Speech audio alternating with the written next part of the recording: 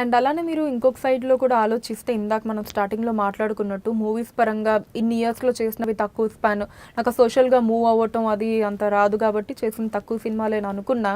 But మీరు movies చేసున్నా కూడా ఒక్కొక్కసారి మేబీ ఇంత క్రేజ్ వచ్చిండేది కాదేమో అని కూడా ఎప్పుడన్నా అవ్వచ్చు. ఎందుకంటే చెప్పాను కదండి, ఈశ్వర్ సినిమా చేసినప్పుడు ప్రభాస్ గారు ఫోన్ చేసి, నేను కాల్ చేశాను ఫస్ట్ డే, భయ్యా సినిమా చూసారా అంటే, లేదు నేను రేపు చూద్దాం అనుకుంటున్నాను అంటే, సేమ్ ఇయర్ నేను కూడా ఈరోజు చూడలేదు, రేపు చూస్తాను, రిలీజ్ రోజు ఎందుకు నాకు టెన్షన్ అనిపిస్తుంది అంటే, కానీ మా ఇంట్లో అందరూ చూశారు, నీ యాక్టింగ్ బాగా నచ్చింది అని అన్నారు ఆయన, ప్రభాస్ గారు.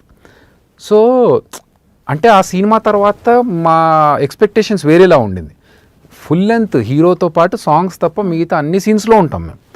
సో ఇంత చేసిన తర్వాత డెఫినెట్గా మంచి మంచి ఆఫర్స్ వస్తాయి, ఓ రేంజ్లో ఉంటాం అనుకున్నాం, కానీ కుదరలేదు, అది కాలేదు.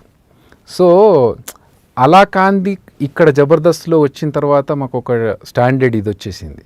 కాబట్టి అంతకంటే ఎక్కువ ఇంకేమొస్తాయి ఆఫర్స్ ఇప్పుడు మాకు. ఒక ఈశ్వర్లో ప్రభాస్ గారి friend character, through out character ఏదైతే చేశామో అంత త్రూ అవుట్ క్యారెక్టర్స్ అయితే ఇప్పుడు